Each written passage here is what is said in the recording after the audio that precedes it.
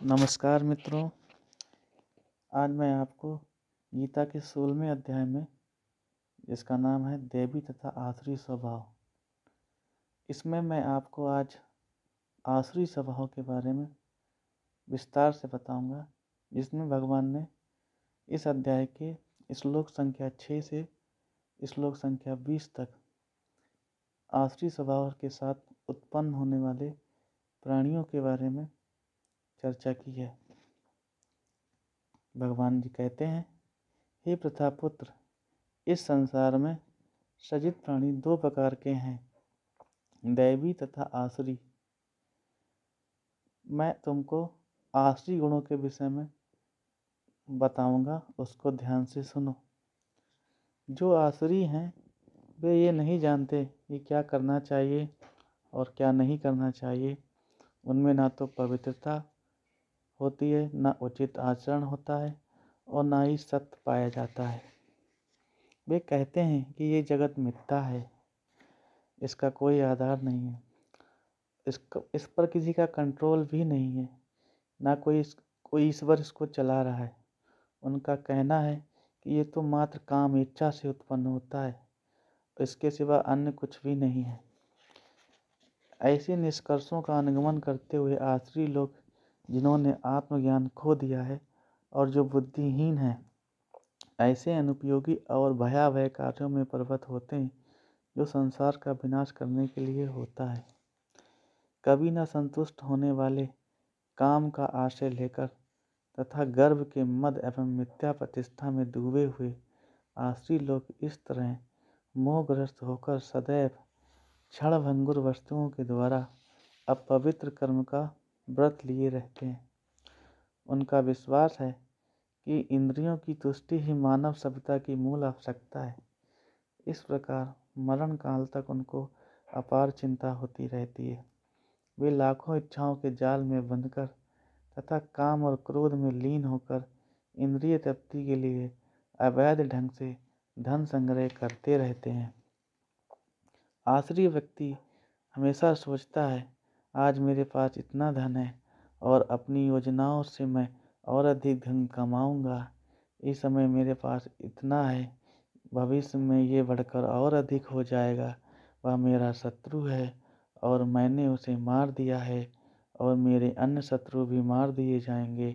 मैं सभी वस्तुओं का स्वामी हूँ, मैं भोक्ता हूँ, मैं सिद्ध हूँ, शक्तिमान तथा सुखी हूँ, मैं सबसे धनी व्यक्ति हूँ और मेरे आसपास मेरे कुलीन संबंधी हैं। कोई अन्य मेरे समान शक्तिमान तथा सुखी नहीं है। मैं यज्ञ करूँगा, दान करूँगा और इस तरह आनंद मनाऊँगा। इस प्रकार ऐसे व्यक्ति अज्ञानवश मोहग्रस्त होते रहते हैं। इस प्रकार अनेक चिंताओं से उद्विग्न होकर तथा मोह जाल में बंधकर वे इंद्रियों भोग में अत्यधिक आसक्त हो जाते हैं और नरक में गिरते हैं।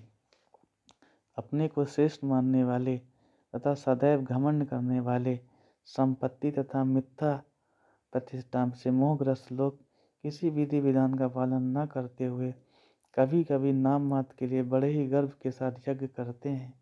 मिथ्या अहंकार, बल, दर्प, काम तथा क्रोध से मोहित होकर आसुरी व्यक्ति अपने शरीर में तथा अन्यों के शरीर में स्थित भगवान से ईर्ष्या और वास्तविक धर्म की निंदा करने लगते हैं।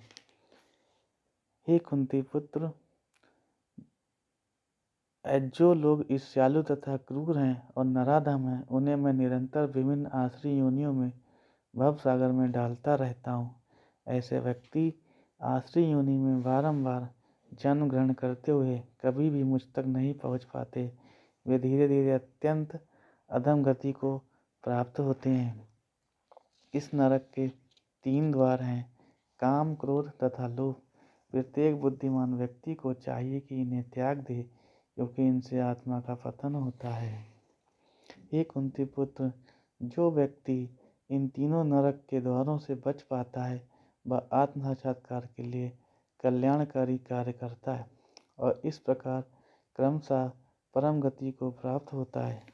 जो शास्त्रों के आदेशों की अवहेलना करता है और मनमाने ढंग से कार्य करता है, उसे ना तो सिद्धि न सुख न ही परम गति की प्राप्ति हो पाती है। अतएव मनुष्य को ये जानना चाहिए कि शास्त्रों के विधान के अनुसार क्या कर्तव्य है और क्या अकर्तव्य है। उसे ऐसे विधि विधानों को जानकर कर्म करना चाहिए जिससे वह क्रमशः ऊपर उठ सके।